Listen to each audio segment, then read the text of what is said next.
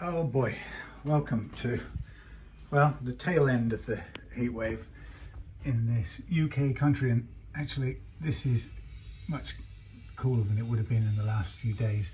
So it's only 26 degrees in here today, but as you can see outside, it's a beautiful day. Yeah, a proper heat wave, about 3 or 4 days of building and big heat, culminating at our bank holiday, which in the UK is a never doesn't ever happen type of thing. We tend to never. Well, it's a kind of British joke that we never get good weather to coincide with our bank holidays, which tend to be the long weekends where people can get away and take a long break and mini vacation or whatever you call it. A few days away, usually people rushing to the West Country to be beside the seaside. And just before, on the run up to that week, that bank holiday weekend, I had my best laid plans of mice and men on the board here. I was going to, last weekend, on the Friday, Saturday, Sunday, I was going to do do some painting and some clear coating and stuff, and planning around the low humidity. What happened in reality was I thought I was playing a gig with my friend Stuart here. In fact, it turned out to be here, and it was pretty hot and steamy, but we got ready, and I was able to make it despite screwing up completely. And so we had a good fun gig at an outdoor event here, and then the next day I fell ill with some horrible bug which knocked me out for the rest of my intended activities, which brings me to Thursday, which is where we are here. So it's taken me from Sunday through to Thursday to recover and get back on my feet, and I won't pretend to be anything other than bedraggled here. I'm just pleased to be up and about, because I tell you what, I have not been in very good form. So sorry if that's a terrible camera shot. Probably better get you on here. So today's the first day I've been able to really get it together to come up to the workshop, and I've been able to bring up some parts. So there's a sort of pre-stained body. I've yet to sand that lighter. That's an Adam custom-y thing. Sanding, and then some nitro spraying to build up the colour, sunbursty colour on there. So that's just a stain starter as a foundation. A little bit, I'll lighten up the edges. I think it'll perhaps be a bit too dark by the time the finish is on it. Then I've brought up a few other bits that need ready to spray. That's one that's ready to spray, and around the corner in the spray zone, which I hadn't seen for a week, just hanging up, will be Larry's neck waiting to go. And this is going to be tomorrow afternoon now, and hopefully I'll also do this one in either a primer colour white or a paint white, just to get those things. I've got quite a few leftovers here I can be working with, and yeah, it's been if I'm sounding cheerful now, it's partly because I am cheerful. By the way, if you see me wielding this in the overhead camera, it's because I'll be doing this. I have really benefited from my wife's fans at home, handheld fans, you know, those nice Japanese things. So I have got myself a little flush of occasional flush of cool air, but it is a lot cooler than it has been. So believe it or not, 26 degrees is a shadow of its former horrific heat that we've had. In fact, my little stand here is it seems like it's melting a bit, so we may have to watch out that doesn't fall over. Anyway, so it's been a funny week, because one of the things that, if you work for yourself and if you're of a certain age like I happen to be, one of the things that can happen to you is you get a bit of a taste of mortality when you're really sick. And I don't get gut sick very often, to the point of really seriously throwing up. And without going into too much detail, a whole 24 hours of that period with whatever got me, I was throwing up. Basically, it was pretty miserable. like the worst seasickness and more. And you sort of quickly, well, I found I was surprised how quickly I lost my will to live in every respect. For me, I don't mind a bit of pain. I can believe, despite what my wife will tell you, I can tolerate some pain, but I cannot tolerate absolute debilitating sickness. Oh, people outside. Right.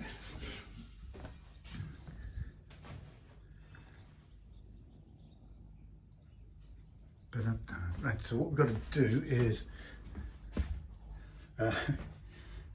what we got here today is we've got John's left-handed Tanglewood. Just to introduce you before I carry on with the sort of life stories, but left-handed Tanglewood, nice guitar. John contacted me a week ago or so and wondered if I could adjust or help him lower the action on this, make it easier to play.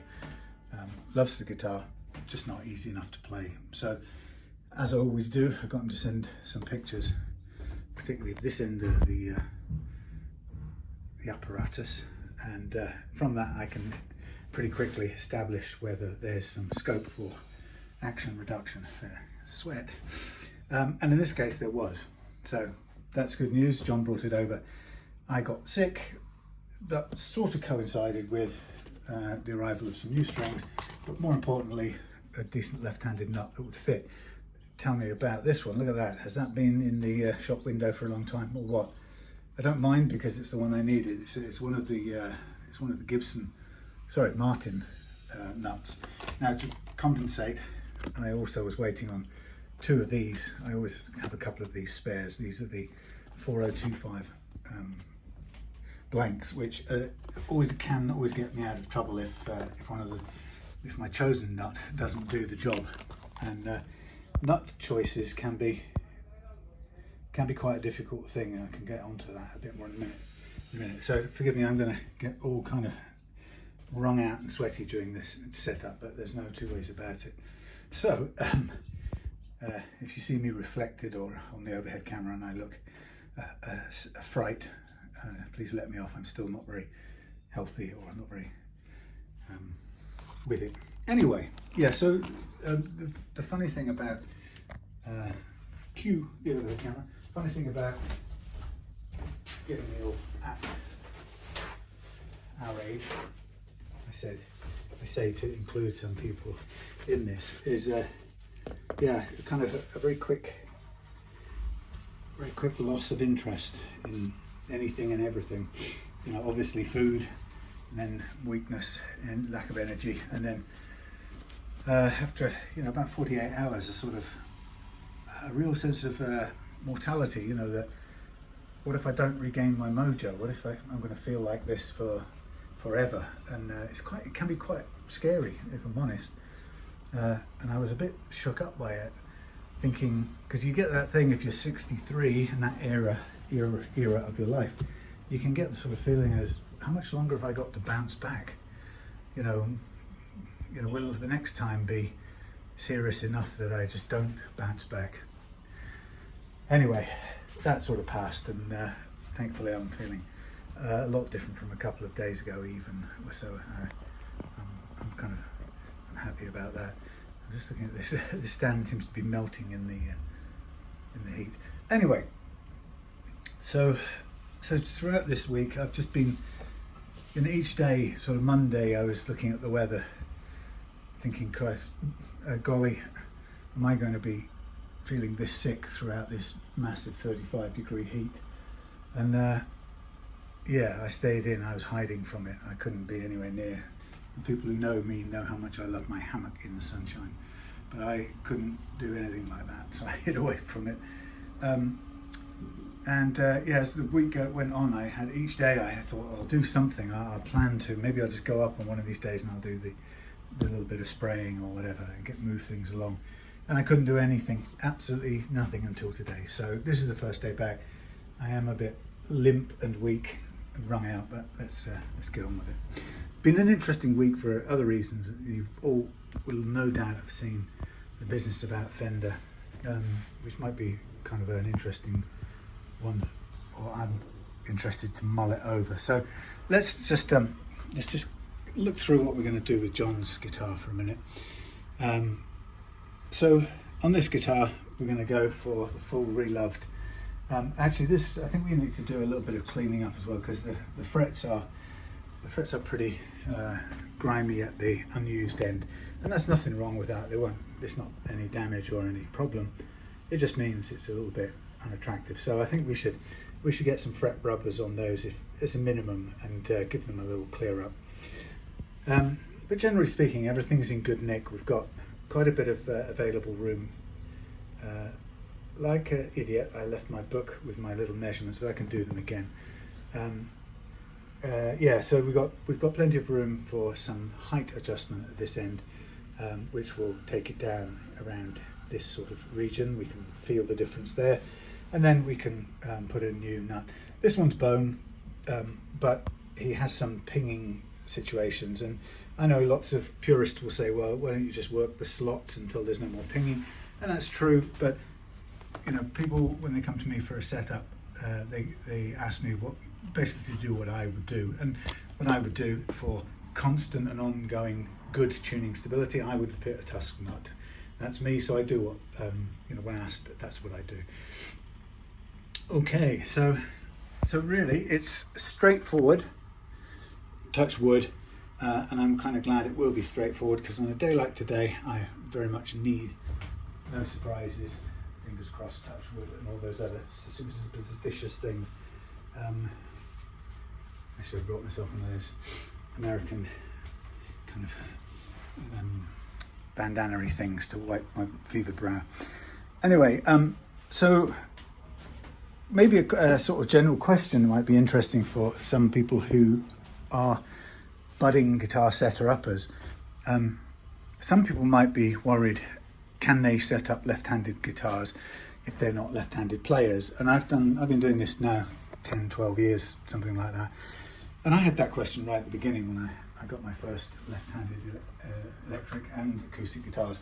And the answer is yes, especially as well if you do it using the method that I use or the process that I use.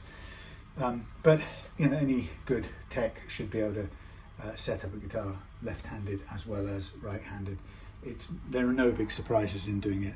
There are a couple of surprises here. Is I think John has done some threading and knotting that might have me cursing a bit later on.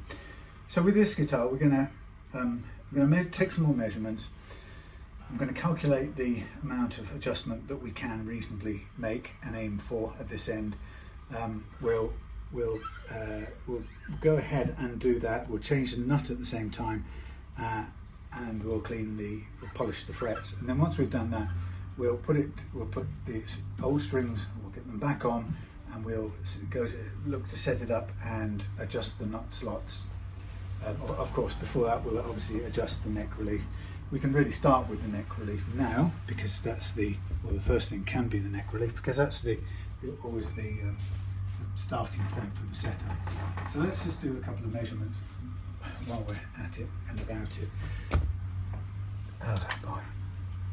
So I'm here at the workshop early today, because I'm kind of hoping to be home before too long to have a good shower and stop. Okay, so first of all I'm going to measure the available saddle height.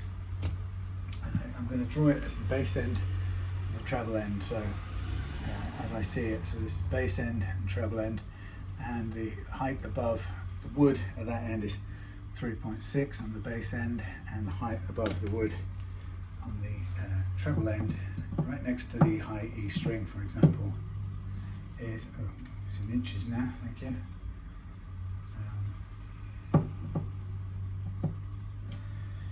3.5, so they're pretty close to the same. So that gives me an idea. 3.5. That's my available material. Let's do a couple of other checks. Let's check the neck relief. So we'll do a capo on the first fret. I've got my shub capo up here. Now I was blown away the other day by my pal Stuart, who I played with at this little outdoor garden party gig, and he brought across a capo of I think about 40 quid price. I can't can't remember, I think it was a G7 something, G7, G sharp 7 or something. Anyway, whatever the brand, it was the most superb capo. I thought these things are pretty damn good for keeping your guitar in tune if you use the right one on the same guitar all the time. But this one, the G7 thing that Stuart had, he was using it for the first time. It was, you know, putting the capo on and we were still in tune because I was playing without capo. So I was absolutely impressed. I hadn't seen that up to that point. I thought the Shub was the best kind you could use, but actually this one seemed even better. So, but 40 quid, that's a big price tag, but worth it, because the worst thing you can have when you're playing with other people is a capo that puts you even slightly out of tune. Okay, so the relief in here is about 0.2 of a millimeter, and I'm going to leave it there. It could be flatter, but it doesn't need to be. 0.2 is a good place to start, so no reason to adjust it. So I think what we'll probably do is let's start by now let's measure the height of action. Sorry, I'm not being very, what's the word, thorough-matic. I can't even see what you can see. I'm being a bit careless. Forgive me for this one. I'm a bit, yeah, wrung out. Okay, so action height, pretty tall on this last fret. Now some people get into that old question of why do I do the last fret? I just do. It's a personal thing. You don't have to do it, but you can do. So it's 2.5, 3, 3, 5, 4, 4, 2, 5, and 4, 2, 5, and 3.5, 4, 2, 5, and 3.5. So on the bass side is 4, 2, 5, 4, 2, 5, and 3.5 on the treble side. Okay, so that's my measurements there. We know our relief is workable. It's about 0.2 of a mil, so I can just jot it on there. Relief equals 0.2 mil, around about. Whew. So the question is going to be, let's move these little spare leftover frets. I don't know what they belong to now, history. So let's go 4.25 and 3.5, and we'll do our workings from there. Okay. So let's do our workings first. So at 4.25, last fret action as I call it, that's way too high for my liking. I have happily played or set up acoustic guitars with as little as 2 mil at the last fret. So that, you can see that would be a reduction of 2.25 millimeters, which is a lot. But it doesn't have to be that much. And to be fair, 2.25 is a tiny bit close to the line where two things might happen. So let's just give you an example. If you aimed at 2.0 millimeters as a target, right? You could actually head there, but like I say, two things potentially happen from there. The first is that it's low enough that fret unevenness comes into play, right? So by lowering it that much, you might start to hear buzzing, which requires fret leveling. So it's around about anything below 2 mils, you could be in that zone. The other problem here is that you're also susceptible to changes in the weather. So that, for example, if it now cools off and gets damp for the next couple of weeks, the fretboard may change shape, or the relief curve may change shape slightly. So it may go from being the 0.2 of a millimeter that I marked it as, it may flatten out completely, for example, in which case the uneven frets perhaps intrude into the playing action at the same time. So all I'm pointing out there is that an end in my books, the last fret action of 2.0 millimeters on the bass side, is a little asking for trouble. It can be done, and if a customer specifically wanted it and it wanted it to withstand any kinds of weather and conditions, I would say I'd have to fret level to make sure it had scope to play that well in most conditions, and or they need to be aware that should the neck change profile, the relief change shape. In other words, the neck flatten out very slightly in different weather conditions. They need to adjust, be prepared to adjust the truss rod a little tiny bit. So those are the things to consider. So there's no real reason to go so low in this case, because what John's looking for is just a big improvement on playability, and we can get that without pushing it to the sort of Olympian levels. So for a nice action that's going to be safely out of the fret buzz zone without leveling, and safely out of the, yes, it can withstand a little bit of change in weather, I would say a 2.5mm action at the bass side is acceptable, and over on this side I would say a 1.75mm action is a decent target. It's a nice target, not decent, it's a very nice target to aim for. So consequences of that is we then have some things that come from that. You can see that do you know what I'm going to do? It sounds stupid. I'm going to get a calculator because I don't want my mental arithmetic to go off the wall and then just end up being useless. So let's go 4.25. I know it's pretty, I can do this, I honestly can do this, but minus 2.5 mils equals 1.7. So that's a minus 1.75. That's losing 1.75 at the last fret, okay? And in this case, we got 3.5 minus 1.75 equals 1.75, of course. Minus 1.75. So that's interesting. So the first thing you can see is that those two are the same amount from each side that we can do. So that keeps our cut on the bridge saddle nice and straight. But it isn't as simple as that. So the 1.75 is the height we want it to drop by at the last fret. But to get the last fret down that much, we have to take it further down at the saddle, because the saddle's about 1.5 times, actually 1.4 times the distance away, approximately 1.4. So what I tend to do is we take that times 1.4 and that times 1.4, and it gives us the amount to remove. And I'm going to run out of space to do it. Let's put it in there. Just equals. So the first one is 1.75. That's the same number each time. So there you go. 1.75 times 1.4, and that gives us 2.45, which is the amount I'd have to remove from the saddle to affect the required reduction at the last fret. Now we look across again to here, and we've got 3.6 available to us. We could take 245 out, it'd leave a pretty low saddle. We've got 3.5, we could take 2.45, that's about, leave us a 1mm saddle.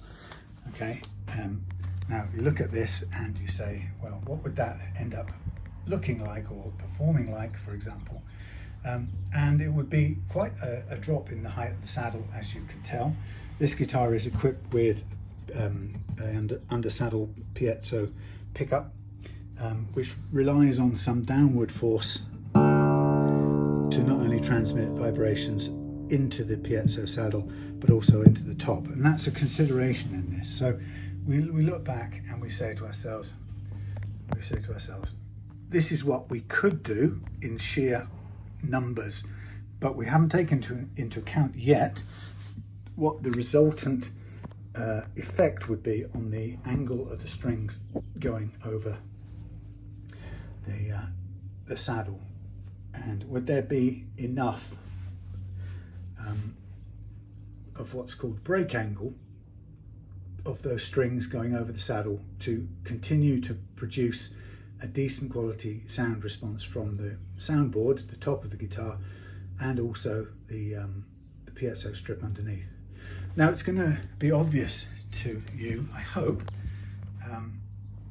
that the answer, or the issue of reducing the height of a guitar's playing action, or acoustic guitar's playing action, by means of reducing the saddle, is a flawed undertaking from the get-go. In other words, it's suboptimal. All right, and when I suggest, or when I set out to do it for a customer, I would much rather have some clever technical means for reorienting this neck, in the angle of this neck in relation to the guitar top. Right, so if I could adjust that much better, I could bring that up, reduce the gap, without having to change the height of the saddle. Because in a way, if we assume that height and its 45 degree, the height itself isn't the issue, it's the break angle. But the combination of height here above the bridge wood and the resultant break angle, let's assume this is our optimal situation. So straight away, you can tell that if I have to reduce any of that at all, then I'm having some impact on that break angle. I'm reducing that break angle. And every few degrees I reduce it by, purists will quite rightly say to themselves, I'm got to be slightly reducing the efficacy of the transmission of the vibrations through either to the piezo component or to the guitar. Sorry, I'm forever holding this thing when I don't need to. Probably better to leave it like that for a bit. Yeah, so it doesn't make any sense now to say, well, because really a purist and any sensible player, because we don't want to reduce that break angle, therefore we mustn't touch that saddle height at all. Therefore, there's nothing we can do to change the playing action on this guitar for John. Unfortunately, that's kind of a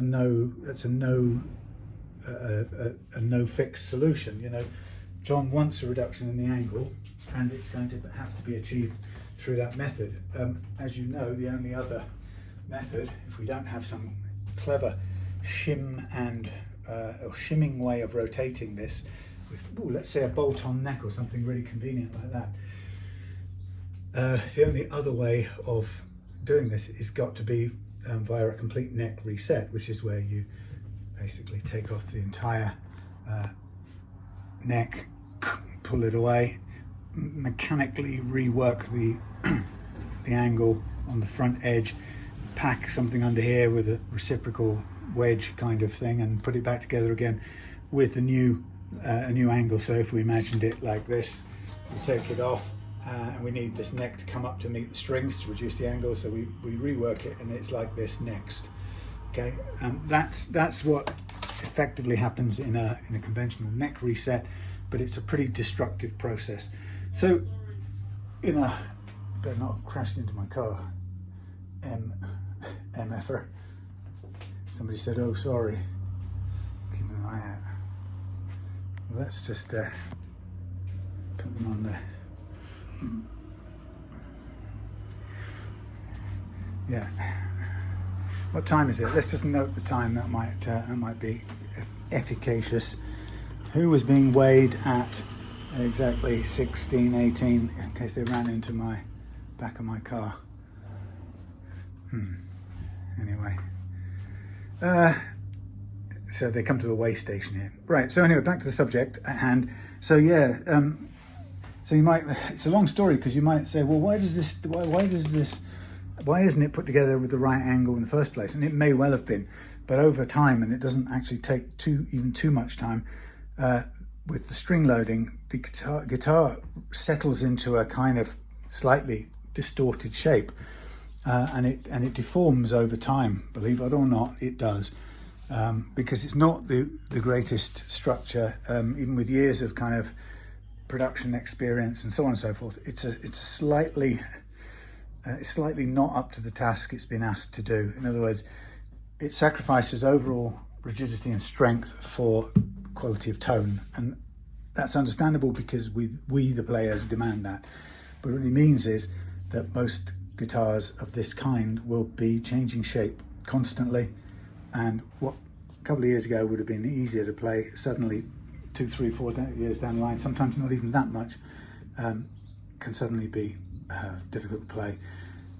Anyway, so since they all do that, why wouldn't you as a manufacturer really look at a way of changing this or helping this? So for example, even if we had a way of reducing this a lot more, but altering the angle so it can increase, so whatever we do with the saddle to change the playing action here, we could still ensure a good 45 degree, which this appears to be about that, and retain this 45 degree break angle.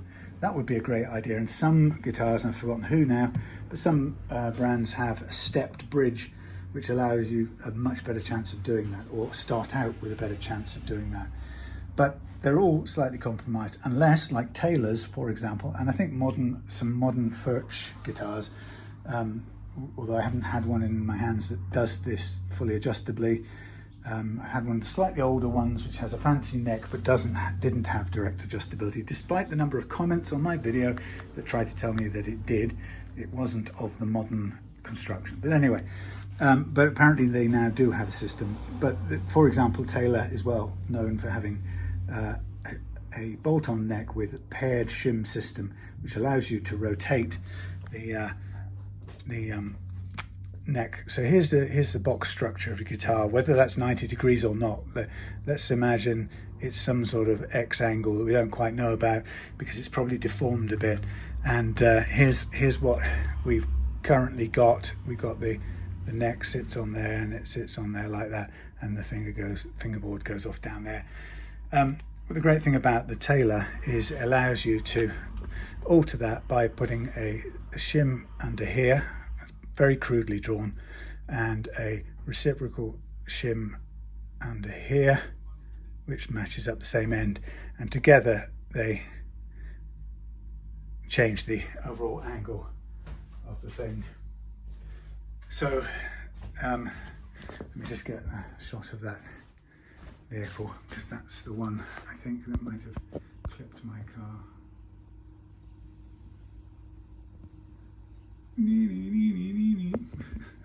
I can blur this, I think, probably, or even cut it out. Yeah, so that's what the Taylor system does. So effectively it rotates, you could imagine it as rotating around the front edge of this this box structure of the guitar. Nifty, but we don't have that here. We've got a sort of mid-price Tanglewood that has a glued on neck, and the only way we can adjust the playing action on this guitar is through the saddle. So back to the subject, we are going to reduce the break angle. I can tell you that you will still get it to play the piezo, and it still plays acoustically pretty nicely with a surprisingly small amount of angle. I can't tell you like a scientific equation of how much or how little, but it works well beyond what you think it would do.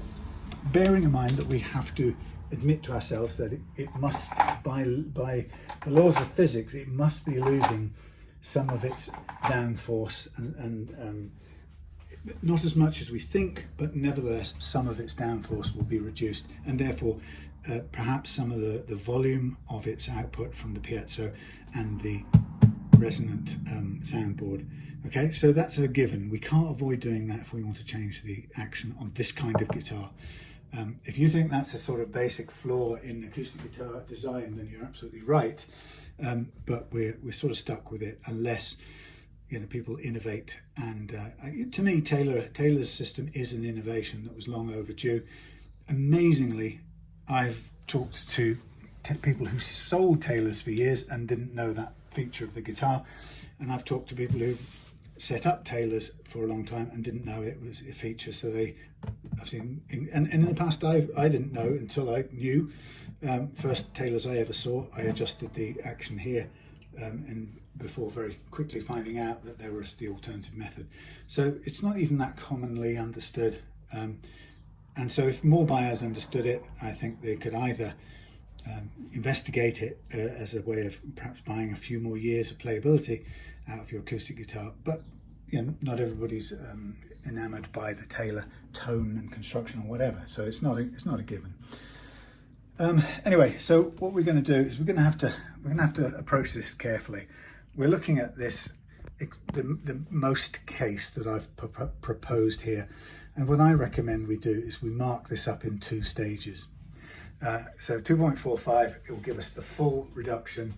Now the great thing is, if we take it down all the way and we don't like the way it plays, or it doesn't sound, or it doesn't make a noise through the preamp and so on, we can always put in shims anyway.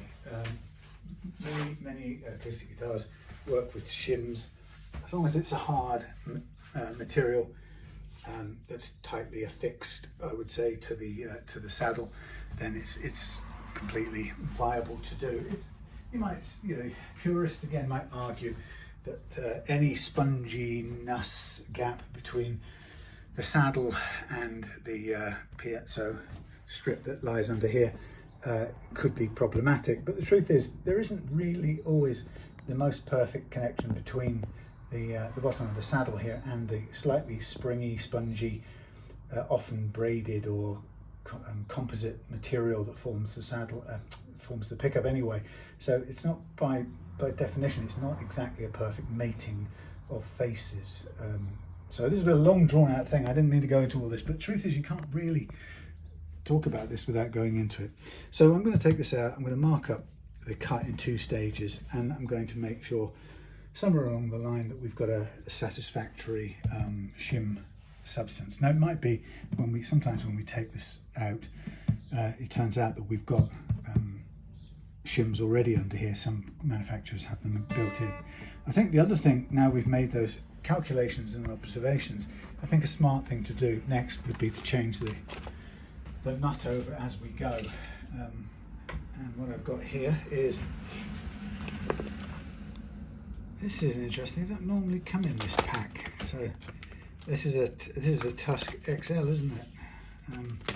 Is it an XL? So this is even more.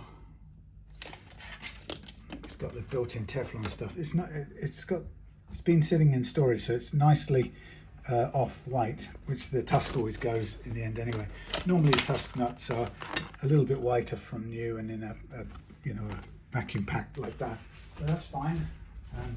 This could be a generic pack that somebody in the stores has put this into, but it's the right thing. Now this one isn't perfect for this guitar. It has a bit of a leveling required to make it sit here, and it also has the Martin flare at the ends, but the idea is we want it to be spot on for the width, and we can tolerate that. We can take off that little bit of flare as long as the overall width just about works. We can square off and flatten. It's going to be a little bit narrower than this one, but there are very few alternatives based on the E to E spacing, and that's one of the big old challenges when we're doing this, is the spacing. Often when people tie their strings on, by the way, they break on the undoing, so I'm just being a little bit careful so this thing doesn't bang and hit me. Yeah. I forgot what I was going to say now. Yeah, so yeah, there is no bog standard Tusk nut that drops straight into here. We have to make sure it's got, the most important thing is, especially for a much loved guitar, is to copy the E to E spacing, which is what I've made the priority here. So that's the thing I've matched at first, and then I've made a point of matching or exceeding the other required dimensions, and the result of that is that we get something that we can work to size, but we've got the perfect string thingies, whatever they're called. E to E. Now, one of the things they didn't tell me on this thing, I don't remember. Let me just check. I think this tells me what the radius is. It might be in my notebook from elsewhere. No, it doesn't last as well say. It doesn't say on here. I think it does say on the shop, on the Tusk new catalogue, they've added radii as a very important piece of missing information from the previous catalogue. But anyway, let's just tap this off in both ways. Come on, you can do it.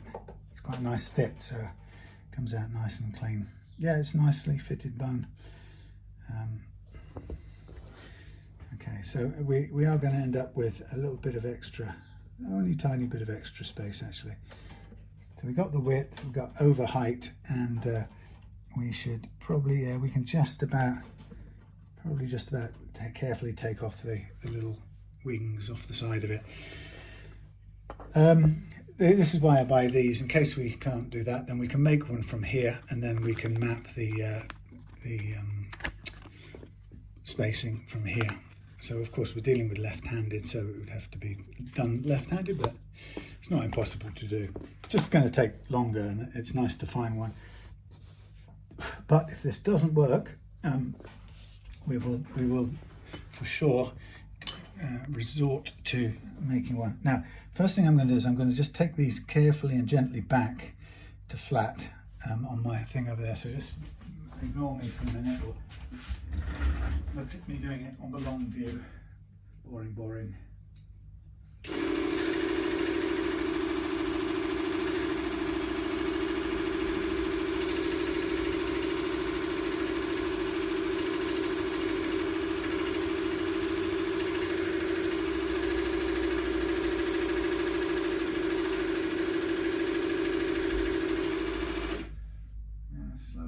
Slowly but surely.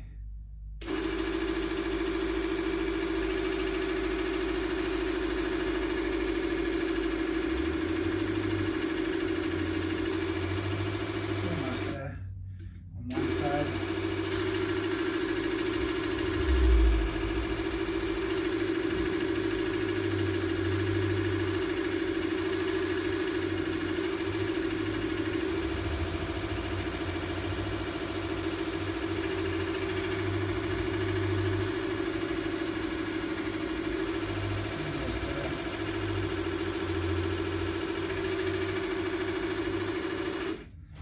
Quite a dull sanding belt, but it helps so I don't overdo things. So it's a nice drop in width actually.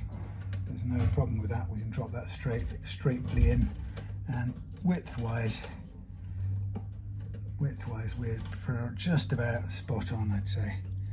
But we've got a little bit of flattening out to do on the bottom.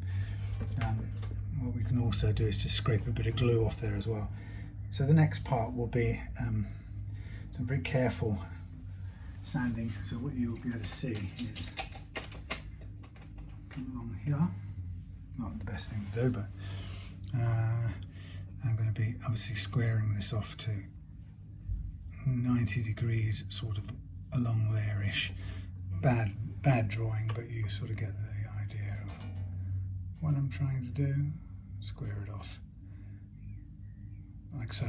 So the Martin has a slope on it that we don't need, but it was the best E to E.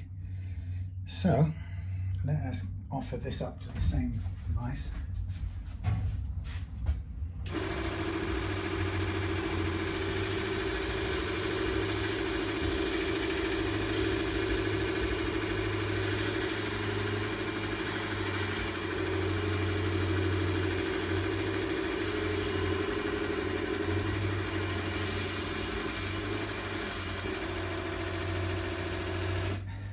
Slow, a bit more. This one, not too much more.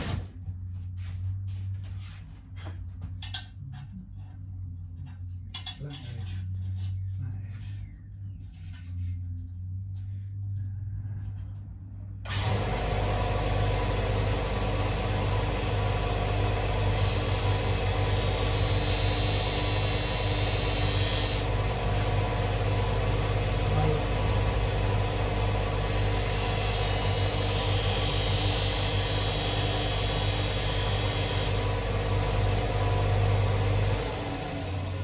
Doesn't want to cut either.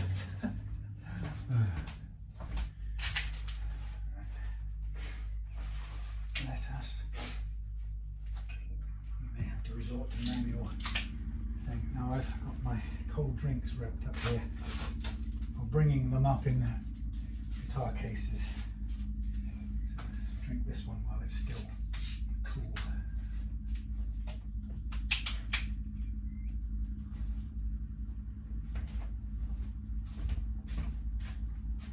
A little bit lame on the cutting power on both of those things, but I don't want to can't afford to overdo it. So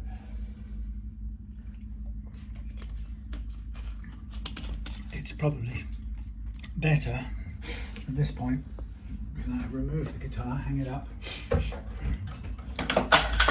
drop my what's it on the floor, and then bring up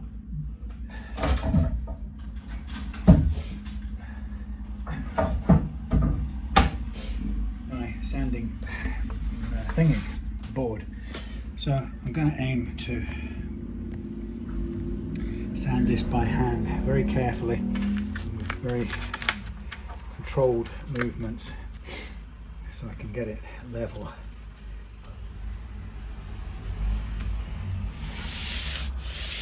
So I'm just going to hold this in place and I'm going to walk from side to side with the nut held as vertical as I can for the time being. And then I'll have a look, and we're getting closer across the whole bit, which is good. We'll switch over to this one.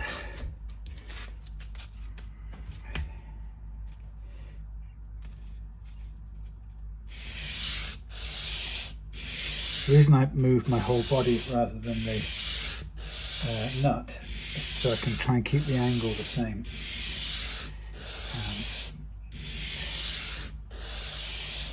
Because what I want to end up with is a 90-degree angle.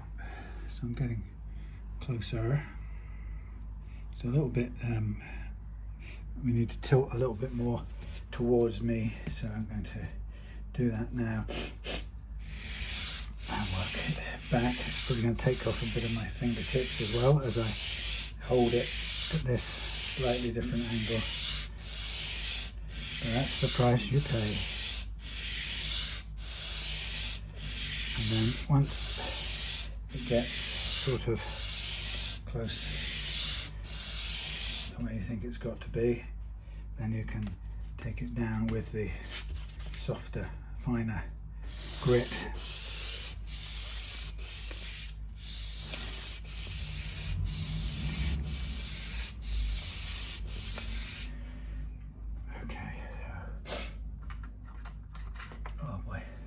Warm. So I'm just going to now examine the angles. They look fairly good. There's a little bit more to do. A little bit more to do to straighten it out. This is where you can check and see if you're anywhere close. We want a bit of extra height, so let's look at the distance on the in the bottom of the base E to the base is 712. We want a little bit more, ideally, gives us a bit more room. Yep, 712, we've got about half a mil, so it gives us just that little tiny bit extra to adjust the flatness if we need to. I haven't got another sheet that's going to be better than this one just now for finishing this, so I think I'm going to just very gently examine this and very lightly walk this smooth on this one.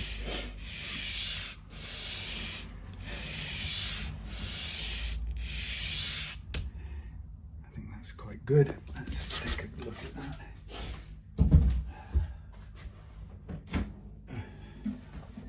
So bring this back. We'll slide that in there and have a ow, spiked by this thing. Damn it. Okay, so we're a little bit, what are we?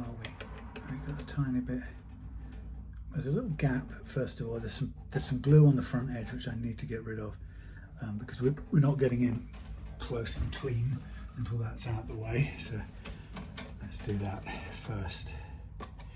So this week, last week or two has been we've seen the phenomenon of the Fender lawsuiting business going on, and it's been an interesting I'm sure you've had as much fun as I have, or not fun, as much interest following the various reactions around the internet of the various guitar people that we follow and like and respect, and whose views we find interesting or challenging or whatever.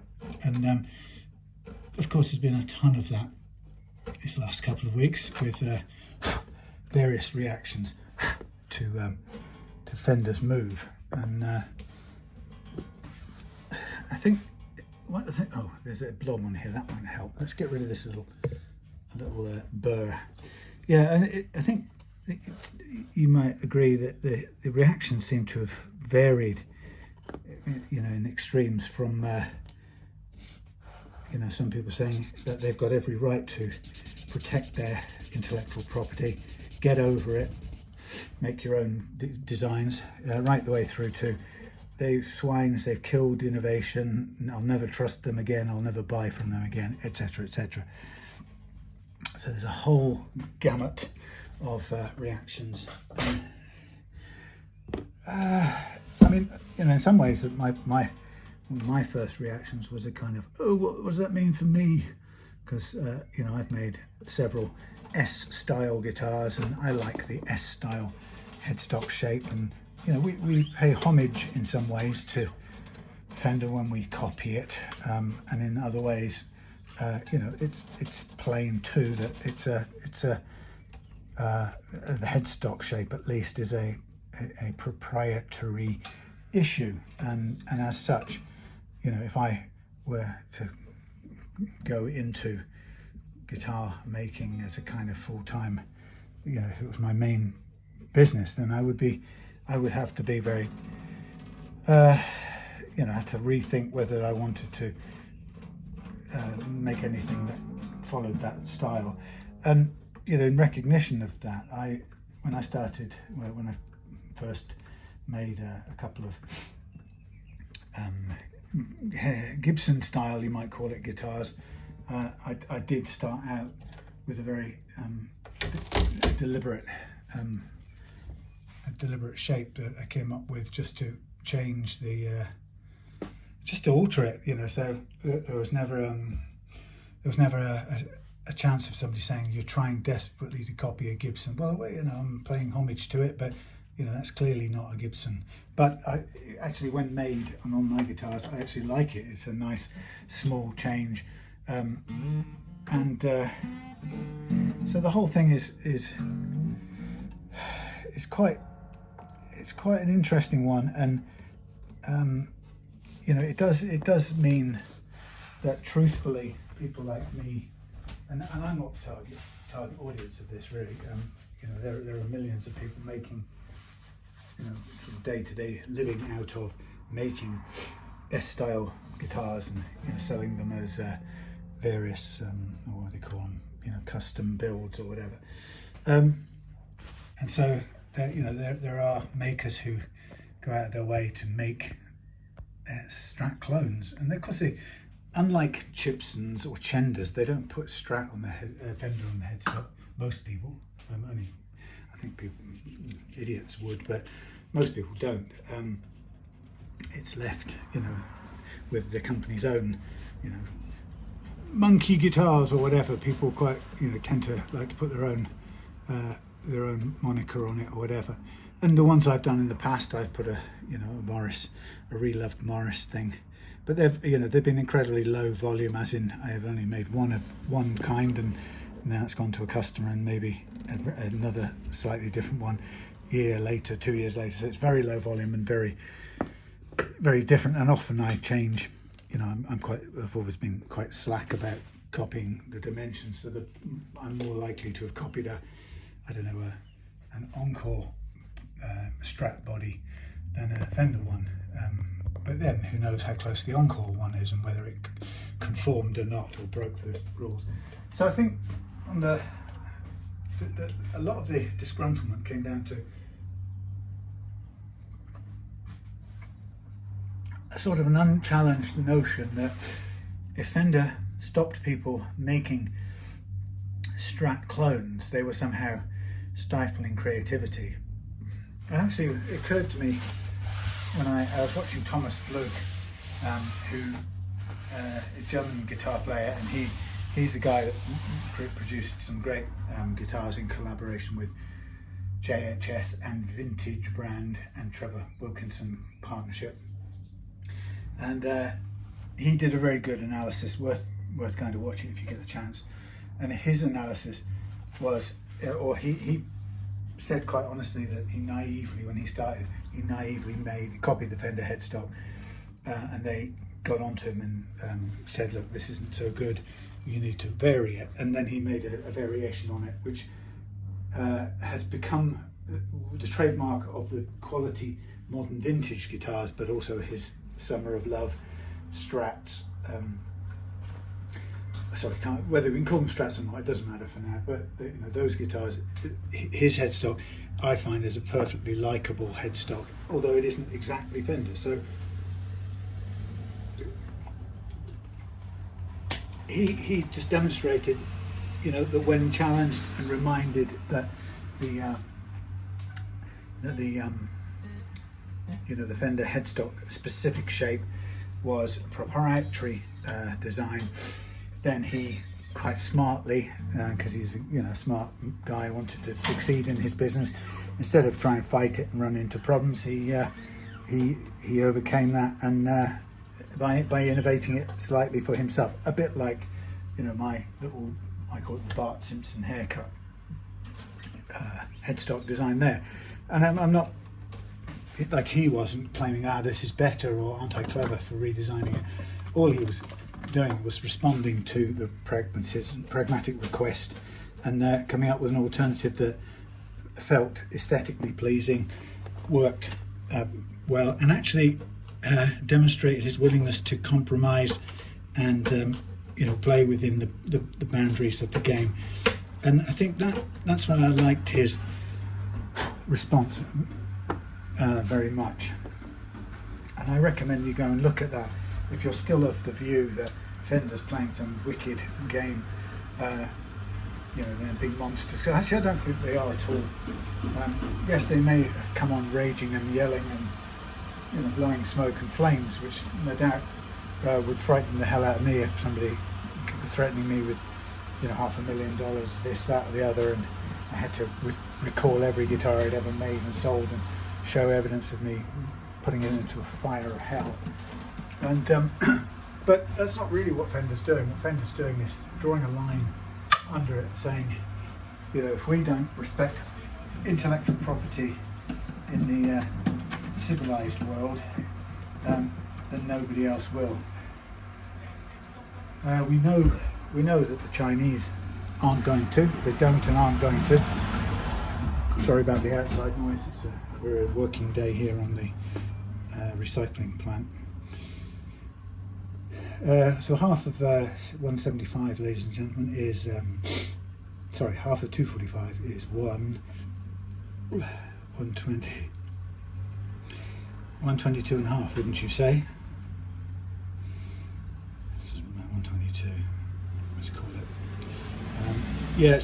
So we know that the Chinese factories aren't going to respect any Western companies' proprietary design information. Excuse me. So we kind of expect that, right? But if we in the West don't play ball with our own culture's IP, then we don't really have a moral ground or a leg to stand on to call out the Chinese for doing it, or any other country, Russia, for example, that might flagrantly disrespect intellectual property. And I always want to say to people, the test of this is, or I've noticed that when people sort of complain about the companies who do take a stand on IP, the people who shout loudest against them doing that tend to be, unsurprisingly, people who've they've not set up their own or designed their own designed and manufactured their own products and had an experience of what it's like to have that copyright stolen from them, and copied and mass produced by some shark. And the truth is, if you had put a lot of time and effort into inventing something, you would suddenly have a different take on this thing of intellectual property. It's kind of natural that we all would do. It's always too easy when we're young and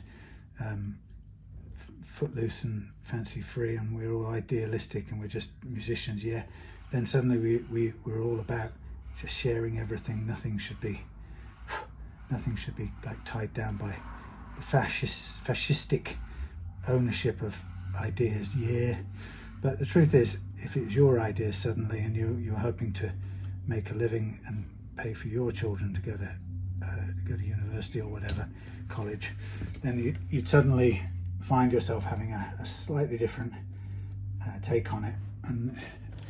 And I've been a bit in both sides, and I think I kind of understand it from both sides, and I think we should be a bit more grown up about it. If we believe that somebody's hard work, they have a right to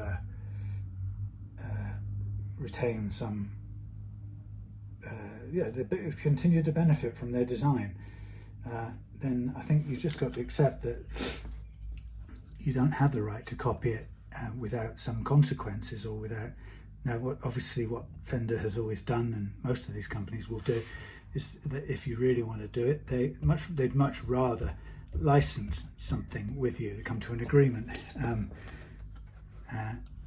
the truth is that most people don't aim or go for that. They don't pitch for that, because the truth is they often don't want to pay what it costs to do it, because there has to be a payment of some sort to recognise the licensing, the exchange of value, and you're not going to get it for free. Now, I think what it means is that, I think Thomas Blug and others mentioned this, is that going forwards, the people who make that we know regularly make Strat bodies, for example, that we all kind of turn to for our spare parts caster, our parts caster guitars. Those manufacturers, they will really have to come up with a licensing deal, a bit like the Mighty Mites and the All Parts do with Fender, and that's just going to have to be how it is if you want to play in that market. And I think that's fair enough. I don't think that's a innovation killer at all. I think that's what you one day would be grateful for, to protect your effort and cleverness for inventing something. So I think that's where I've kind of settled on the deal. Okay, I don't know if you can see this now. I've marked this up in 2 stages, and I've scraped it. It's not perfect, my alignment. You can see it's a little bit. I've gone fat at the bottom here, and so we're sort of a bit. But it sort of marks out approximately the scope of 2 stages of this cut. So that's what I'm going to do. I'm going to do the 2 stages, and I'm going to then put it back together again and have a feel about the improvement. And we'll look at the break angle and we'll listen to it. So really, we're back in the land of the good old-fashioned sanding board. Again, the same principle applies. Now, this doesn't have to be microscopically perfect, the way sometimes we have to be when we're doing a nut. So I'm going to make sure it's a kind of vertical. I'm aiming for a perpendicular slot, and one that cuts down to the first level of my mark, and equally cut in both directions, so we have a sort of level cut down. So this is bone as well, so we should cut quite nice and consistently. Yeah, so that's where I ended up on the Fender thing. And the truth is, it constrains me because, or it leaves me with some unanswered questions. Like, for example, I've got a customer called Larry who I've got a bag full of parts ready now to do a really nice quality parts caster. So the bodies come from somewhere in the Channel Islands, I think, or France, or I can't remember now, USA, somewhere. But it's a nice, finished, beautifully finished, older body, made, as far as I can see, on an exact Strat body shape. I've got a tone bomb conversion neck, which I'm going to add to that, or add to that body to make the guitar. And then we're going to fit what to anyone's eye would look like a synchronized tremolo, like Leo Fender himself also pioneered 6-screw, and that's made by Music Lily, which presumably, maybe, I don't know, has that paid its dues to Fender Corporation in order to use that synchronized tremolo system. And then, you know, I've got a scratch plate, loaded scratch plate with single coil pickups that look extremely Fenderized, and is that, you know, covered. So the bottom line is, I'm not a snow addict. The bottom line is, we don't know right this second. I don't know whether I'm technically allowed to go ahead and make that Fender clone. I mean, it's a Stratocaster clone, isn't it? I mean, it's going to look like, okay, it's going to be a short scale one. So unless Fender makes a short scale one, I know they make a short scale Squire, but I don't know. Anyway, the point is, you know, I don't know whether that would be considered a Stratocaster clone and in contravention of their intellectual property.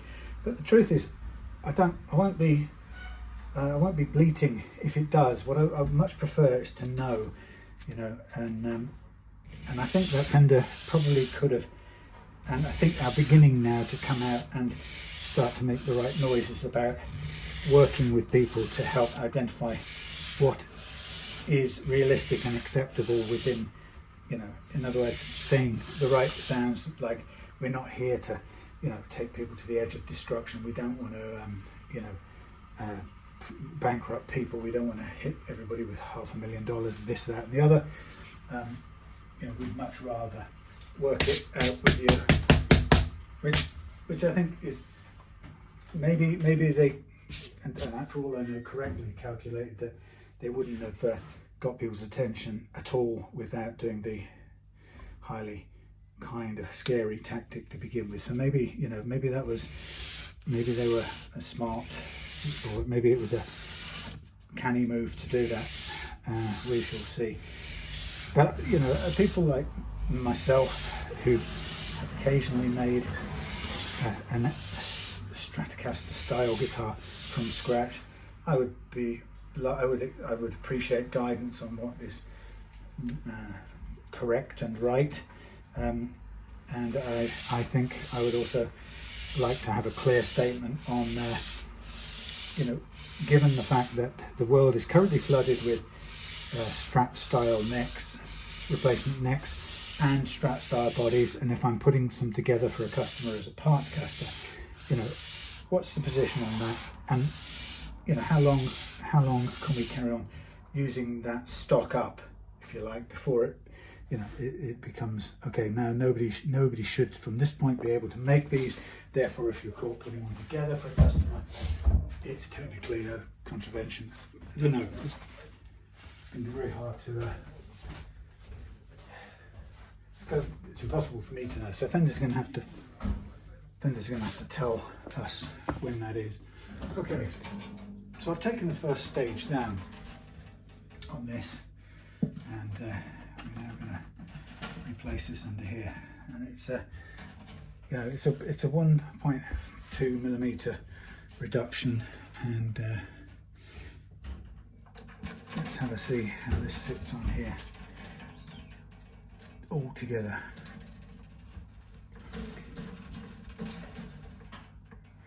And why is that? Let's go the right way around, put the right strings in the right place. I've got a suspicion that I may stop at the halfway mark here anyway.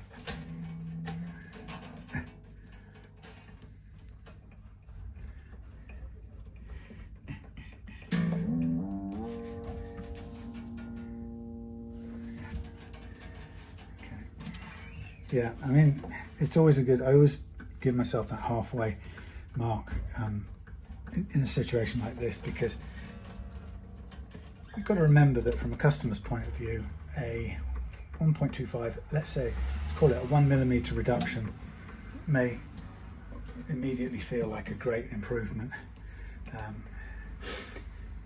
You know, and we may not need to go anywhere near as far in reducing the saddle as we had thought, or as is technically available to us. So let's have a look and a feel of this when we put it all up. That's looking pretty good. I don't know how much we're going to change the shape as we put it under load. Let's seat it down and give it a go. Yeah, so that's where I've come out on the fender thing. Would I still make, if somebody said would I make them a Strat, or would I, I've got one here.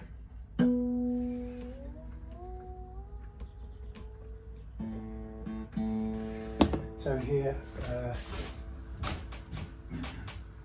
here's one I'm going to use with an existing candy apple red. So that's a Strat shaped neck that I inherited somewhere. It's it's not a Fender. I refretted it myself. I like the fingerboard. I just think it's a nice, it's not an expensive piece of maple, but it's just it's got a nice look to the fingerboard. So, you know, I'm about to turn that into a spare parts caster, as I call them.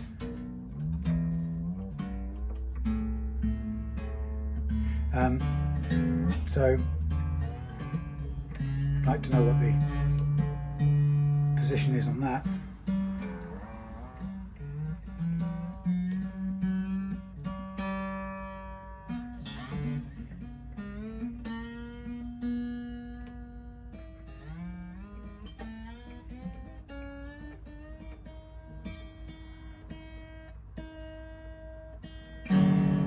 I think we're pretty good. I mean, that's let's see what we've got. We may have gone just a bit over the halfway, so that might be quite good. I don't know though. We're on 3.1 there, so we're halfway down to our 2.5 mil. So it's looking all right. It's looking all right, but I think we could sort of stop there. And we've got it's quite low at this side as well, so we've taken the treble side down quite nicely, and that's coming in at well, I guess it's, truthfully, that is 2.25, 3.2, 2.25. So yeah, we're halfway to my initial thing, and you know, for John, that would be a noticeable difference. Like I say, what I'm not keen to do is to go much further. I think it's better to get a nice improvement out of it, and not having it round the correct way round. Let's look at the height here. We'll take that.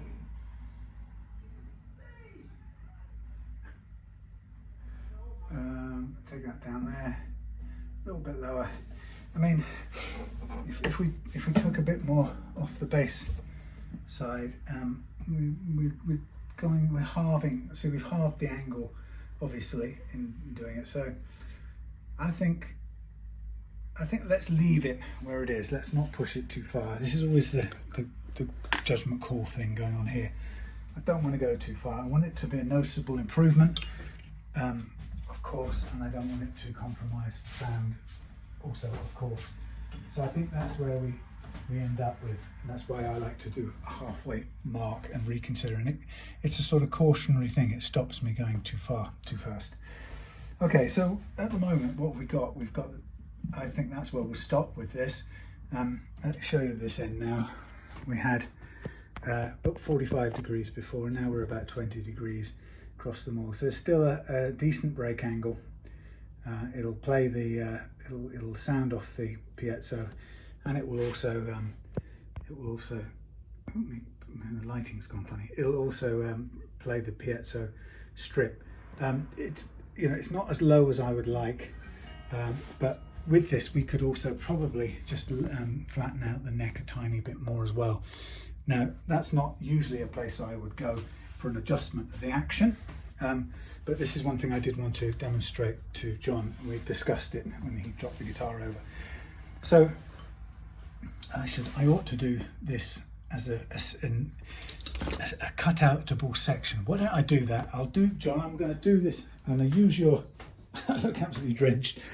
I'm going to use your guitar as a kind of dummy guitar for this video that I keep making regularly, but I keep not giving everyone or linking everyone to. So this is Real Love Guitars, and this is a quick video within a video. This is John's left-handed Tanglewood, but I'm going to use it right now to talk to you as quickly as I can, and it's never quick in my world, about how to adjust the truss rod on your acoustic guitar. And this same applies to an electric guitar as well. Now, the reason I'm making this video is because you may have come to me, or you have come to me for a setup on your guitar, and I have set the action nice and low and the neck nice and or nearly straight, but my start point is always slightly more relieved than dead straight. So I go to dead straight and then I back off to a slight relief curve, and I'm talking very, very slight. So it's a hot day here in the UK. It's 29 degrees in the workshop right now. So I am covered in sweat because I've been setting this guitar up and changing the action. But ignore that, please forgive me. So how you check the relief on your guitar? Well, let's come at it a different way. You've got your guitar back from me, set up beautifully in this lovely sunny weather, and you're having a nice time playing it. And then a couple of weeks later, the weather perhaps changes. It's a bit less humid, or more sunny, less cold, something or other changes, and you notice that suddenly you might have some notes that are struggling to play, and you think, oh, my setup's gone. What's happened to my setup? The first thing to remember is that when you have a low setup, which is what most of my customers have me do, the danger of a low setup is that the neck can change its relief shape with tiny changes in the weather. So if you have a very low setup to begin with, a tiny change in the relief shape of the neck, from either a bit more curved to more curved, curved to flat, or a tiny bit curved to back bowed, those changes can interfere with how it sounds, and it can give you a shock if the weather's changed and you haven't noticed. But the thing to remember is, if that happens within a month or two or whatever of getting your guitar back, don't panic. That's the first thing. This is where you have to make acquaintance, and you should anyway, with your truss rod adjustment. The only thing that will have changed from the setup that I gave you on the guitar will be the curvature in the neck, and that's only dependent on the climate around you, maybe to do with your house, your central heating, whatever. So it can change, it often will, so expect it. And when it happens, you need to think it's only the neck changing relief shape as we expect it to. And if it flattens out, then we need to probably add a little bit of relief curve in. If it's gone back bowed, humped like this, then we need to put more relief in to get it back to a slight relief curve. So the thing we need to be able to do is, if your guitar suddenly plays wrong and the notes don't play a few weeks or a month or two after you've got it back, do this test. The first thing you do is capo the first fret, and use, that's capoed there, so the string's touching the first fret there, and then hold down the last fret on here, and then halfway between, you can count the frets if you like, or you can just look about halfway, like so. Halfway between, you're looking for a gap between this string that you're holding down and the fret underneath it, and you can usually hear it clicking down, and you can see that this has got about 0.2 of a mil, probably more actually, about 0.3 of a mil gap at the present. Now if your notes are struggling to play, you'll find that it's usually because it's flattened out until there's no gap at all. So when you do this test, you've got, it was playing when I got it a month ago, when Sam sent it back from Real Life Guitars. Now I'm doing this test he said to do, and there's absolutely no gap between the string and the fret and at the middle point here. Now if you find that, I won't have sent it to you like that, but it means your neck has gone from that shape to that shape because of the weather changes. If you had a very tall playing action at both ends, that little bit of changing shape won't register itself on your strings playability or your action playability. But if you have a low action, which most customers like, then you're likely to notice it because there isn't that leeway for it to change shape that much. So if it changes shape and you need to, let's say we do this test and there is no gap at all, you'd say, well, what do I need to do? How much relief? You could go online and you could get your feeler gauges out, and you could find a Fender acoustic guitar or a Tanglewood acoustic guitar forum, and somebody will tell you a measurement in millimeters or thousandths of an inch. I wouldn't get too upset or worried about that. My recommendation is you set it slightly more than none. So what does that mean? How much relief? The question is, how much relief do I need in my acoustic guitar or my electric guitar? And I would say slightly more than none. So right now we're doing this test, and let's say you're touching it and there's no gap, so you've got none. So you need to create a little bit more curvature to give us back slightly more than none. So what you do is you get your truss rod and you insert it into its into the hole here, and I'll show you it up close in a second. But it's a little bit difficult to access because the strings are in the way, as they always are, so you may have to brutally push them out of the way. But on an acoustic guitar, your hex key adjuster is sitting there like that. So we need to add in a bit of curvature into this neck, and that's always done by turning it counterclockwise. So from there this way, think about, you're looking at it this end, counterclockwise is, I can't do it very easily, is this way, counterclockwise, so going backwards around the clock. If it has too much relief, too much curvature when we do the test, then we go clockwise until it straightens out the neck a little bit more.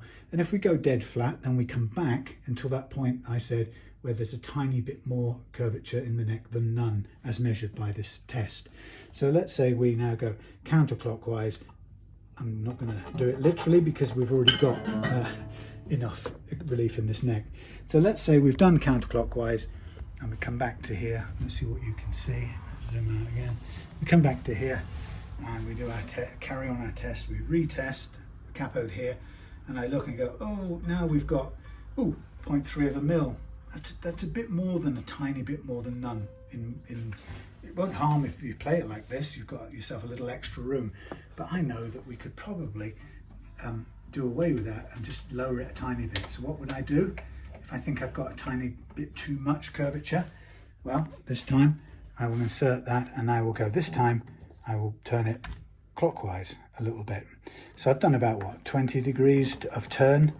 It's a little bit fiddly to get that out. Obviously your hex key has to fit in this little hex fitting very accurately, so you've got to make sure it's fully in, otherwise you might scuff it and round off the ends of things. But you can't really do any major harm to the truss rod, only the adjuster if you're not mated properly with the adjuster.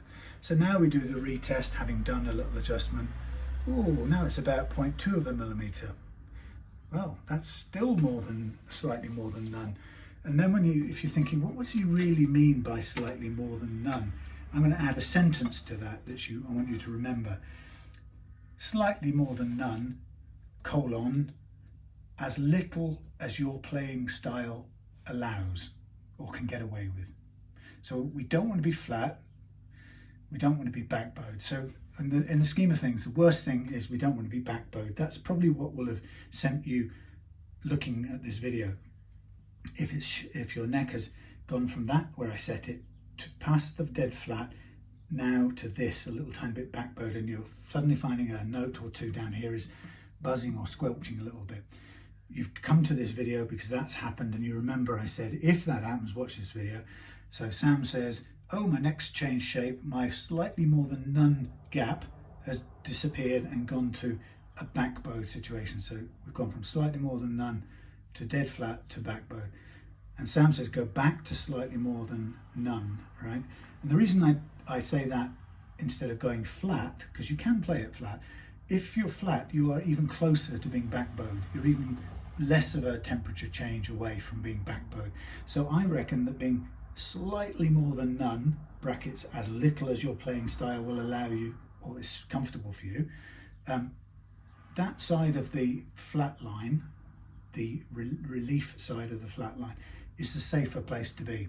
And I say go to there, go until you can detect that there's a little tiny gap, i.e. you have some relief, slightly more than none, because that's a safe place to be. Now I've got a tiny bit more than none, and I want to experiment. Can I get closer to the flat?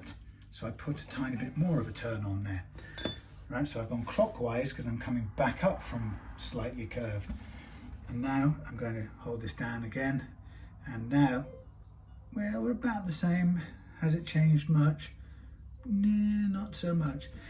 There's quite a lot of discussion about whether adjustments to a truss rod take place instantly, or a lot of people go, and I left it 24 hours in the unheated guest bedroom, blah blah blah. Honestly, I don't know a scientific, empirical, conclusive answer to it. If you feel comfortable leaving it overnight to see what the effects have taken up, how if it's taken longer to work its way through, fine, leave it 24 hours and come back to it. You're not going to hurt it. Equally, I think I'm dead on the mark there now. I'm very slightly more than just past none, so I'm just on the relief side, tiny little gap. It is a noticeable gap, tick. It is definitely not flat, tick, and therefore it can't be backbowed, tick, tick, right? That's my logic. Now, if this continues adjusting and it flattens out later on, I can test it again at home and I go, it has adjusted later. It's carried on adjusting. Now, I'm not sure it does, but let's say it does. Then I just go and back it off a little bit, okay? So that's all you have to do. There's everything you need to know is in that last couple of minutes of me talking. So go back over it and listen to it again. You want to set on your neck, once you've got your strings on and everything else set, you want to have the relief, everything. When you're doing a setup, your start point is the relief with your normal gauge of strings on, tuned to pitch. And your start point is to set the relief, and you want a tiny bit more than none, brackets, as little as your playing style suits or allows, okay? You don't want to be flat, it's too close to backbowed, and you absolutely don't want to be backbowed, which will ruin your playing. So that's the simple part, slightly more than none. So long as you keep it just that side. Now you might say, then what happens if I go too much more than slightly more than none? What if I go loads of relief? Well, all that happens is your playing action feels very tall, especially around the middle of the neck. It'll feel like the overall action is high, even if it's quite low at either end. Because you'll put a large curve into the neck, and that in the middle of the neck you'll feel the playing action feels quite big. And it's amazing. The important thing about experimenting with your own neck relief settings is, one, you can't do any harm without literally swinging on it like a monkey, swinging on it. With this kind of truss rod, you need to be very gentle with vintage Fender and vintage Gibson and guitars of that quality and that era, because their truss rods were, the neck was an integral part of the operation, so the neck was under direct load from the truss rod. So the more you load the truss rod to try and achieve something, if you've got a very stiff neck that won't change, that every pound of force you're putting on is working directly on the neck, and can split it and break it very easily, or can split the wood easily. With the modern truss rods, like in these types of guitars, the forces act on the components of the truss rod primarily. Only a secondary force, once the truss rod has changed shape due to the major forces, the secondary force helps alter the shape of the neck. So you need to feel get confidence in doing it to see that you can't damage it, you won't damage it, to see the effect that it has, and to feel and hear the differences for yourself. And once you know that, you won't be ever afraid again to go to the slightly bit more than none setting, and you'll find a spot that suits you. Maybe it won't be quite so low as I've set this one now, because I'm kind of, this might be risking it going flat if the moon comes out tonight, a full moon, you never know. But I think I've got enough combination of action height here and a slight bit of curvature here on a very dry or relatively dry heat wave period. So I think we're in good shape. But this is what you would do if it had already changed and you were struggling with some notes down here, for example, or the action suddenly felt very tall here and it felt different. You do your check first, you assess, has it flattened out or has it increased in relief? One of the two things will have happened, and whichever one has happened, you then adjust back to the comfortable point, which is that tiny bit more than none. So I hope that, John, helps you and anyone else I send this to as a sort of don't panic reminder for when you get your guitars back, because that is the risk of a low playing action, is it can leave you susceptible to interruptions in playing, or you may worry if the change in the environmental conditions makes that tiny change to your neck. And the truth is, it will, and it will do it on your electric guitars as much as it will do it on your acoustic guitars, because this thing here, and in the case of the most guitars, acoustic and electric, it's wood we're dealing with most of the time. Sometimes it's roasted wood, which will be less susceptible to that kind of thing. Sometimes it will be multi-part laminates, which will be less susceptible to twists, but they will all still be susceptible to the kind of change in relief shape, which is from the curve to the flat to the backbone, right? So it's just the load of the strings tries to bend the neck to a certain amount. Your truss rod's purpose in the first place is to control the amount of curvature that your strings load onto your neck. That's why they were invented, because without it, you'd put a big set of strings on the guitar and it would all automatically, very quickly curve the neck into an uncontrollable bow-shaped relief curve. And so the steel reinforced neck was an attempt to resist that string pull on the neck, and then the adjustable truss rod came out as a way of having more control over that, the different loadings put by different strings and different gauges and so on. So that's what it's there for. It's not there primarily to adjust your action, which is a myth that a lot of people have, but it's true that it does have a secondary effect of obviously changing your playing action, how it feels at the more or less in the center part of the neck, or the midpoint of the strings, I should say. No, sorry, center part of the neck, center point of the neck. So it has an effect on the playing action as a secondary effect, but its primary purpose is to set the amount of curvature that your strings at your chosen pitch exert upon your neck. Once you set that in the setup process that I use, we do that first. So if this is a customer's guitar, we tune it up to the pitch the customer uses, we check the relief and we set it so that it is just a tiny bit more than none. Then we go and check the last fret action, whether it's acoustic or electric. If it's electric, we'll take it down. With an electric, we'll take it down here, we'll fit a new nut and we'll take it down here as well. So first the relief, second the action here, third the action at the nut, last of all. And then what we often find is with an acoustic guitar, that's good enough, we can play and we can go. With an electric guitar, we've usually set it quite a bit lower as a target, and what that means is that on the electric guitar setup, I almost always will be doing the precision fret leveling underneath as well, with the string still on. So that's just because the action is that much lower. But with an acoustic guitar like this one, we don't need, we will, every note on here will play cleanly without needing to fret level. We'll just need to do some polishing of the tarnished frets. Okay, so that's the secret of the truss rod, but do get used to it. Do not be afraid to adjust it. I did about 20 degrees one way, maybe 30 degrees. You can go, you know, up to, well, you could do 180 degrees depending on you know, where it's at. Sometimes you may put it in and find there's no movement at all.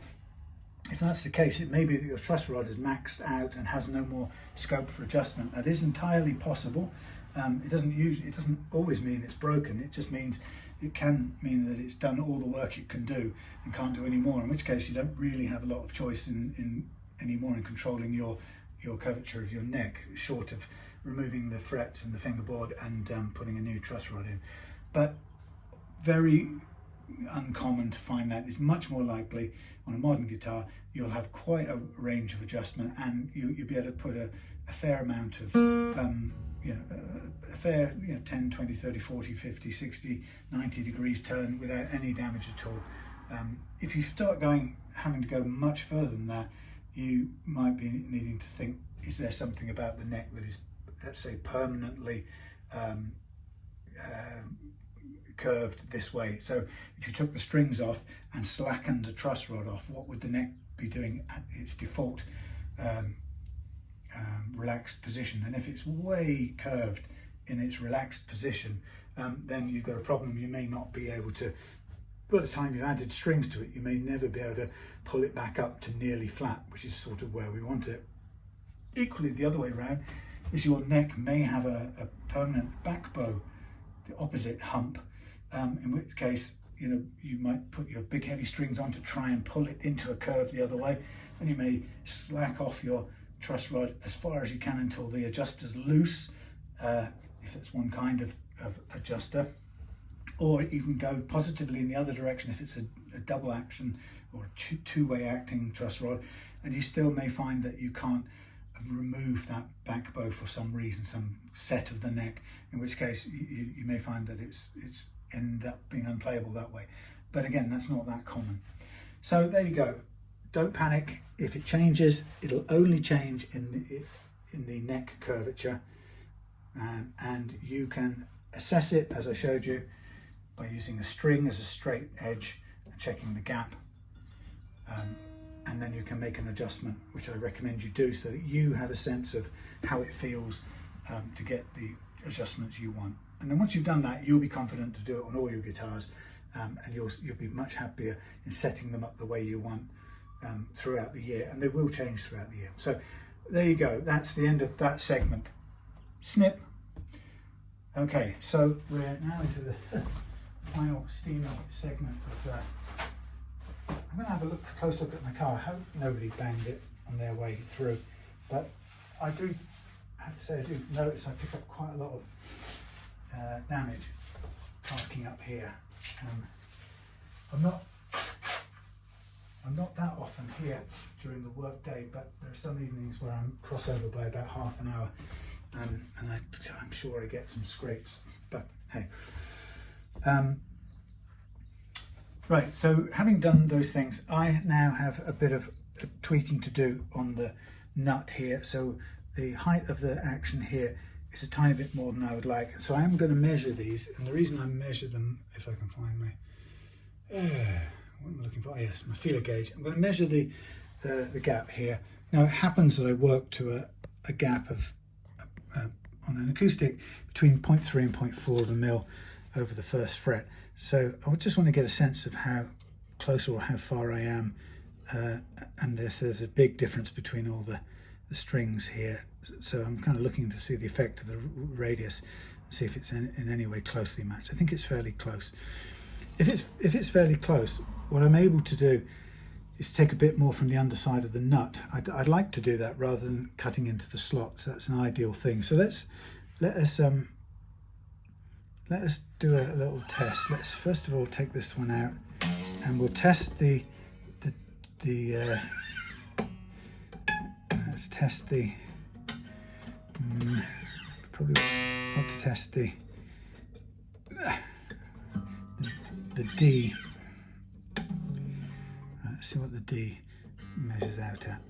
Okay, so we'll get a measurement for playing action, and then we'll work out what we have to remove.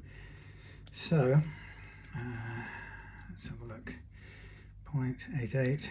There's so many. I've never had a set with more bleeding things in than this. So that's a 0.3 mil, that's a 0.4 mil. Let's get a 0.5 out as well. 4.5. There she is. Right. So let's go 5 and 3, 0.8 to start with. There's so many. Okay, so we're looking at the middle one and we're going. So that's 5 and 3, 0.8. So that's 8, that's 0.8. Now we'll go to 0.9.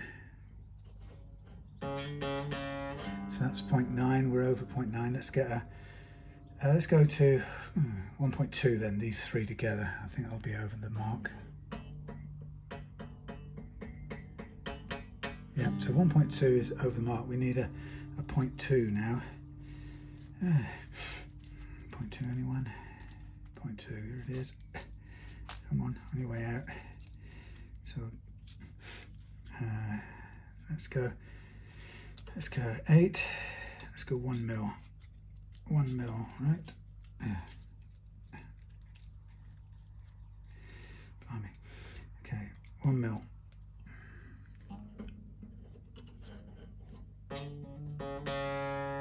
Okay, that's just over a mil.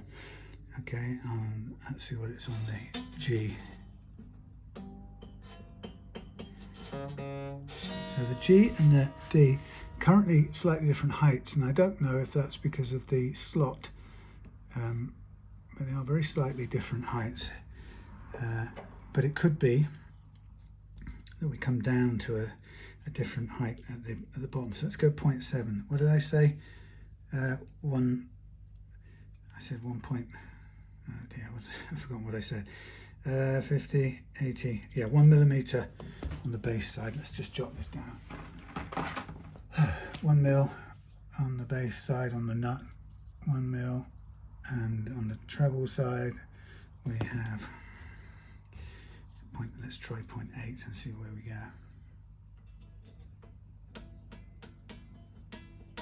No, not 0.8. So let's go 0.7. 0.7. Okay. So 1 mil and 0.7 mil. All right. So on the treble side, we are over by 0.3, and on the bass side, we are over by 0.6. Okay, so that's what we need to take off from both sides, or a gradient between the two. Whew. And we'll get very close then. So this is it's quite fiddly because it deserves to be so. Oh, this is what happens when you tie your strings on. They break when I try to undo them. It's funny, they just don't like this tying on business. Isn't that weird that they don't at all? You'd think that they shouldn't break being undone, but they do. It's a bit like you know, when you work with a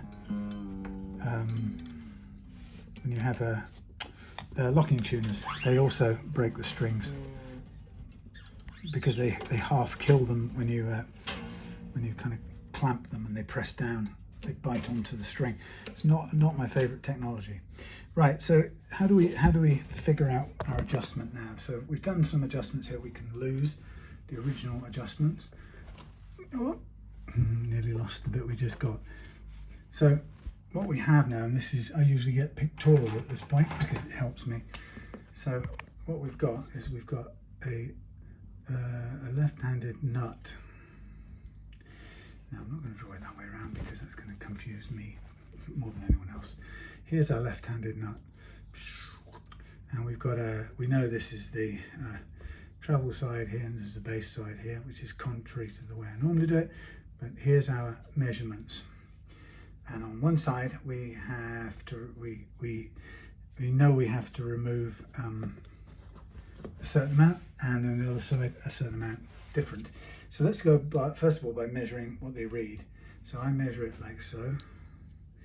The first thing I do is I measure the bass side from the bottom of the slot to the bass like so. So that is 7.5. So that's my kind of basic measurement, 7.5. And then I do the same on the treble. Obviously I can't get the calipers into the treble slot, but I can rest them on there, and that gives me 7.8. 7.9, let's call it. So 7579, that's often the case at the treble side because I can't get into that notch. It tends to be taller than the other side. Okay, so we know that we've got to lose 0.6 on the bass side and 0.3 on the treble side. So we go minus 0.6 and that equals 6.9, I would say. That's our target measurement there. And this one we're minusing 0.3 and that gives our target on the treble side of 7.6. 6.9, 7.6 being our target actions. Does that make fully good sense to you?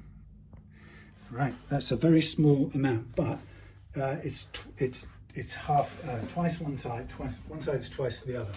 So it's a tricky little adjustment, and we have to be tasty in how we do it because it's not easy.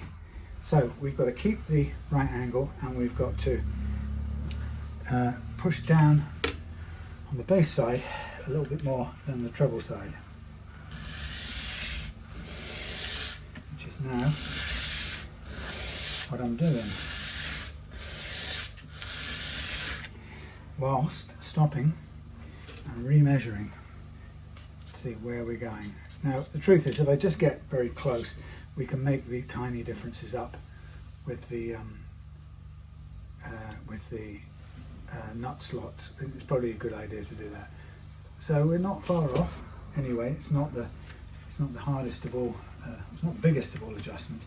So now I'm going to sort of even out the amount now. So I'm going to sort of catch up both sides. So we're going to measure for, we're looking for 6.9 on this side, we're on 713, and this side we're looking for 7.6 and we're on 7.78. Okay, so we're still right angles, which looks good. So I'm just going to now continue to just go downwards. What I think should be the same amount in a right angle. Maybe smooth it out a little bit as we go with the finer sandpaper. So this will get as close as we can to the ideal action, and any tiny differences now we need to take care of with the the slot files. So we want 6.9, we're on 7.06. Here we want 7.6, we're on 7.78. So a little bit more to do. The angles are looking good. I'm just going to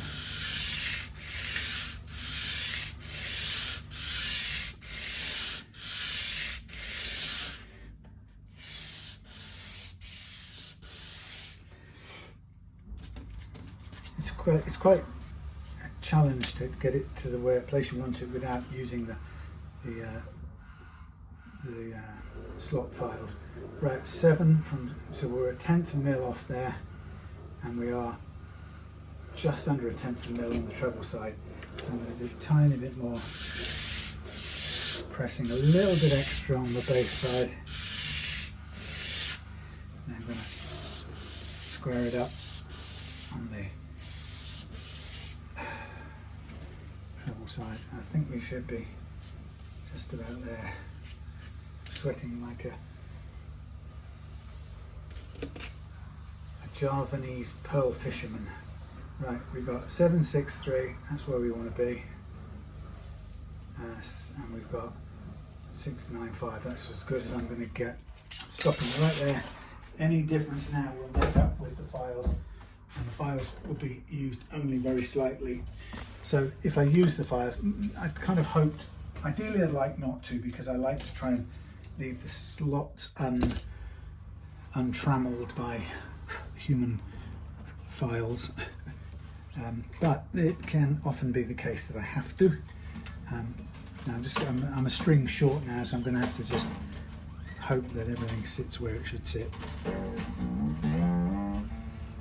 Oops.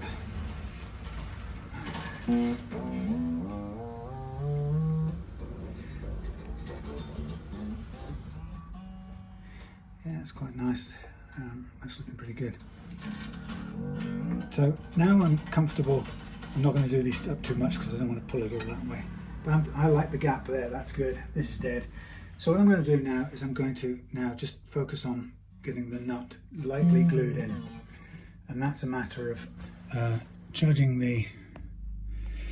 How are we doing time-wise? We're still running. We haven't run out of battery yet. It might not be that far before we do, but if we do, we're nearly there. I just have some cleaning and things like, polishing.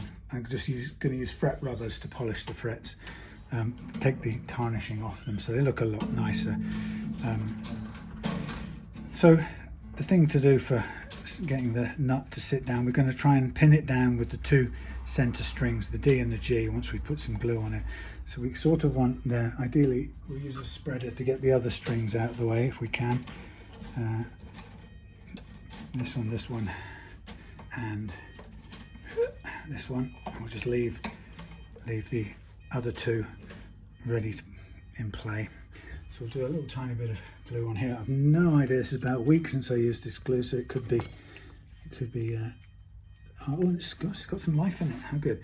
So I'm going to try and put the glue just along the front bottom edge here, a couple of tabs there, and then I'm going to place it there.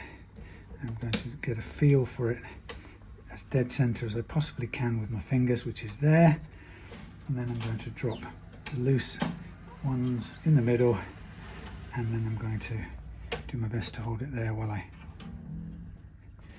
sort of equally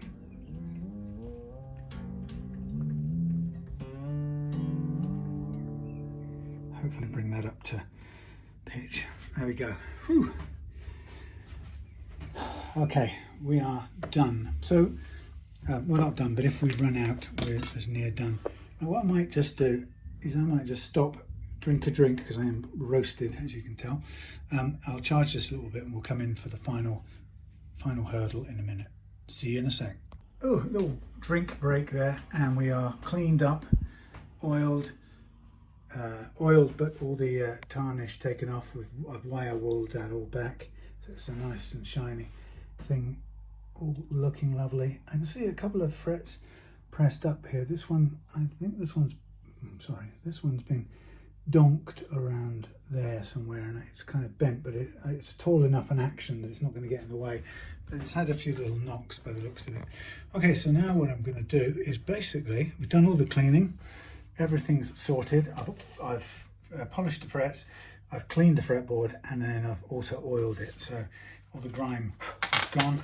Now we're going to put the new strings on, nice new Dario 1253s, yeah, phosphor bronzes is lovely. And so I'll just, as I go through this, I'll just show you how I string them so you can see my preferred way. So I'm just going to load them up. Pegs are all lined up here in order. I've got to remember which way round this goes because it's a left-hander.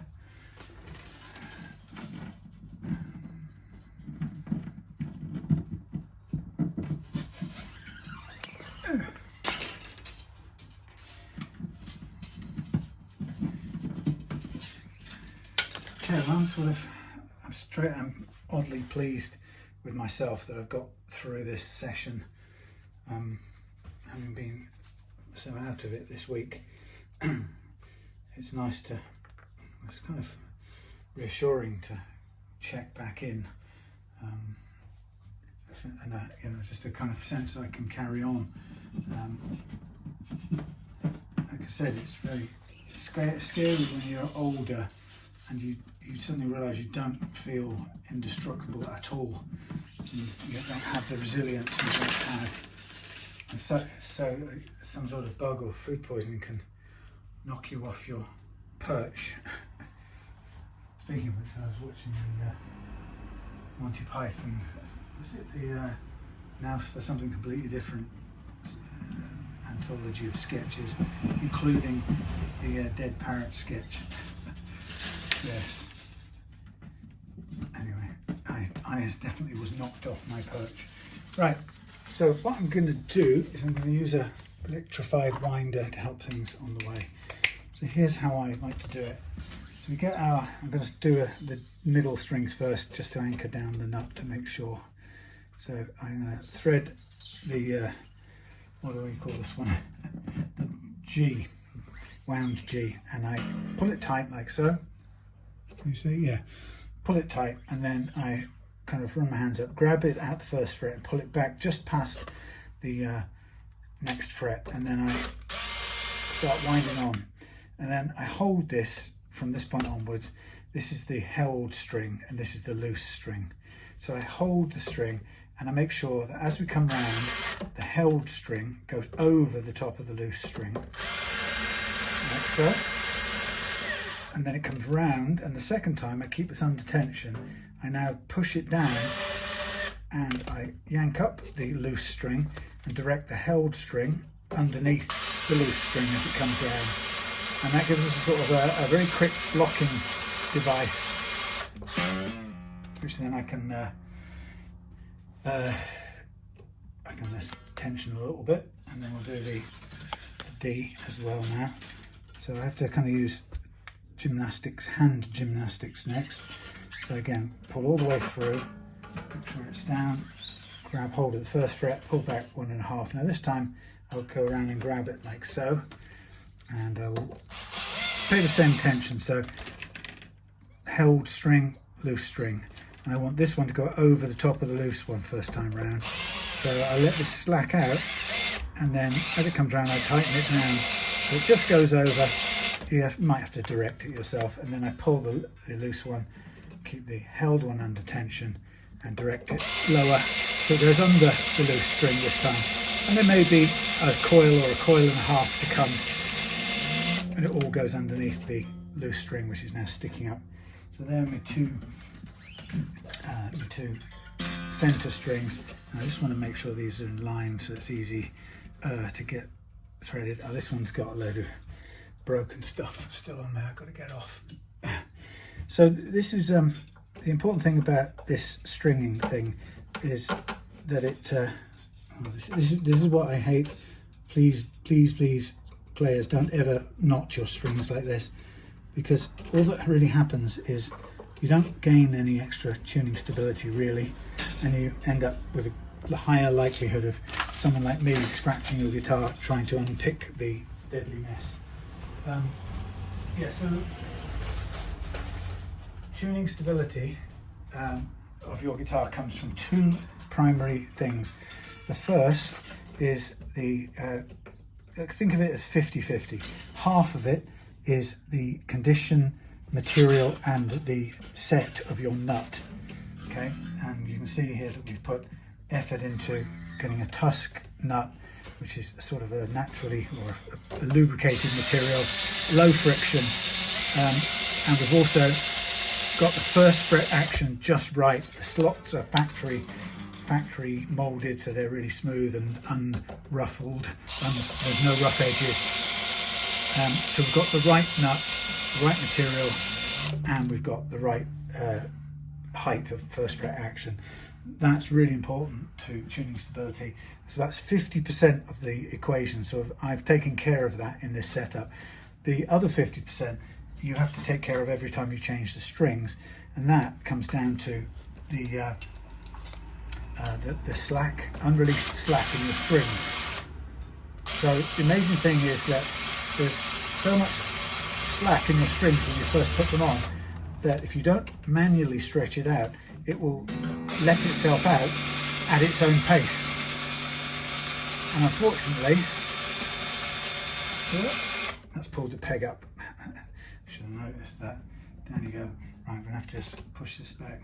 So this peg has pulled itself up, so I caught it just in time, and I need to get this ball down in here and up underneath the peg. So it's a little bit difficult to do for some reason. This one, it doesn't want to play peg, it doesn't want to play string ball.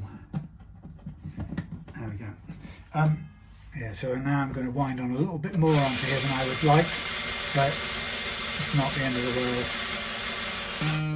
That's just a tiny bit more. But again, like I say, it doesn't make any negative difference. So yeah, the amount of slack there is in your strings when you put them on, there's quite a lot, and it will leak out through, you know, of its own accord as you're playing, and it will obviously come out as being out of tune every time you play.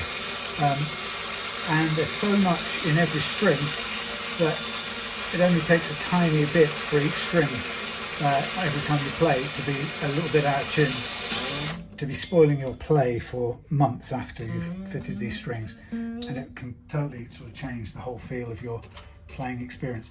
So having done 50% of the tuning stability equation, I'm looking at this thing, is that sitting right low enough? I'm going to check that.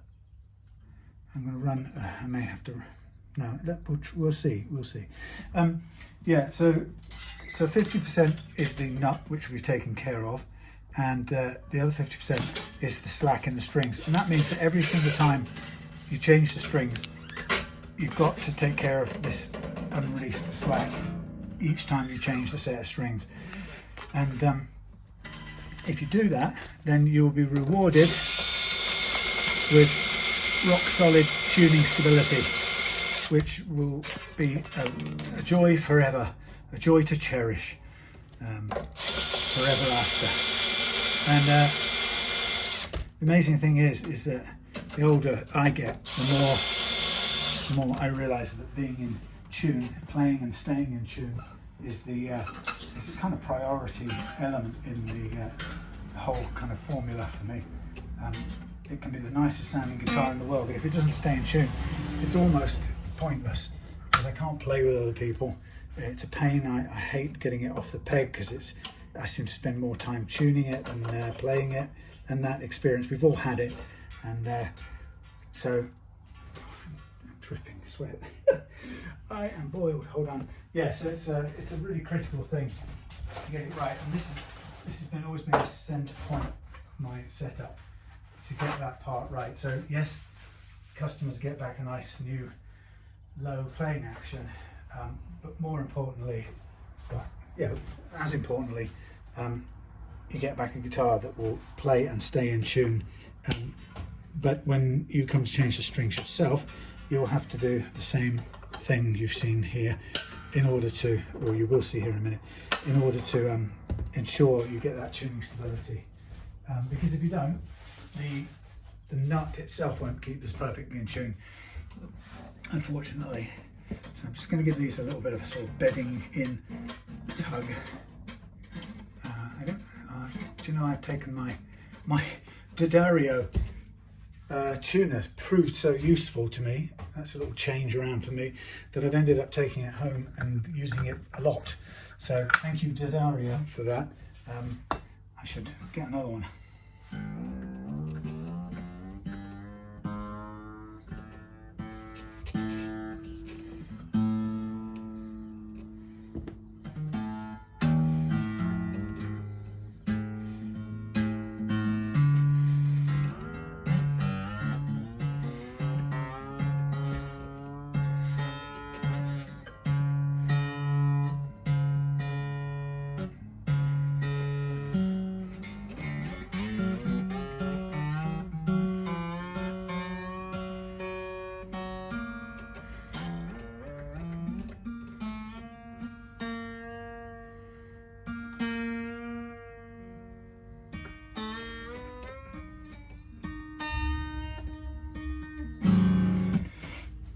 So here comes the hard work.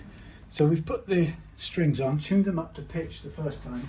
Now what we do is we get hold of the string, and we make sure, first of all, they're all bedded down there nicely, and we press and push between thumb and forefingers the strings individually. And it takes a bit of effort to do this, but it's the only way to get all the slack out. We may have to do it 2 or 3 times. So basically, we do it until the strings stop detuning.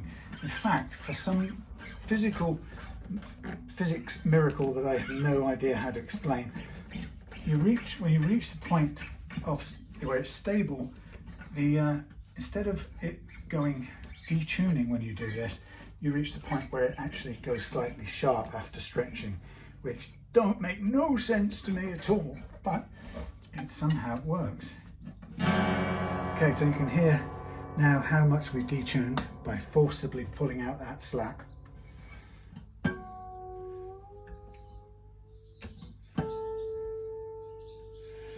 So that much.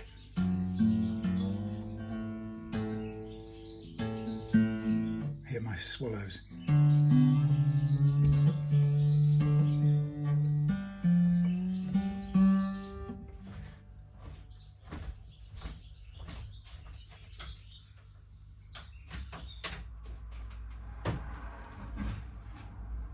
Hello kids, how are you doing? You behaving? Yes, thought you were. Wow, it's cooler out here now than it is in there. So the swallows are having fun out there.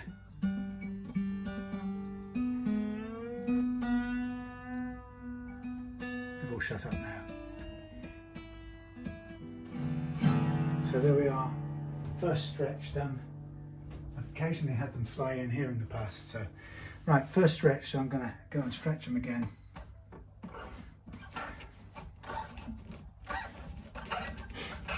Come on, carry on playing. I'm not going to hurt you. I'm just cooling off, if that's all right with you. See, this place is amazing. It was cooler when I came in than the outside world, but then with me being inside, it's gone up from 26 to 29.5 in the time I've been here, even with the windows open. So it's now, my body heat has increased the temperature in here to the point where it's now cool, it's warmer now than the outside rest of the warehousey structure. So I have to open the door now to try and cool down a bit more, but I'm nearly done.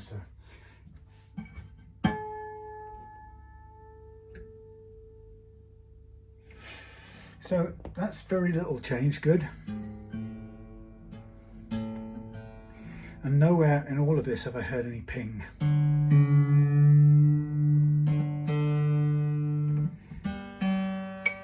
Until there.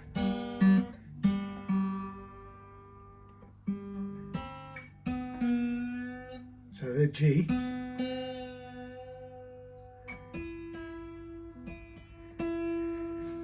The G could use a very small, very light adjustment. So I'm going to take the G, and what I don't want to do is I don't want to take any downward action off, or adjust it downwards. I just want to adjust the width. G this way, right? Yeah. So I'm just concentrating on the width really. So I'm just going to angle backwards a little bit and allow the width side of things to do their work.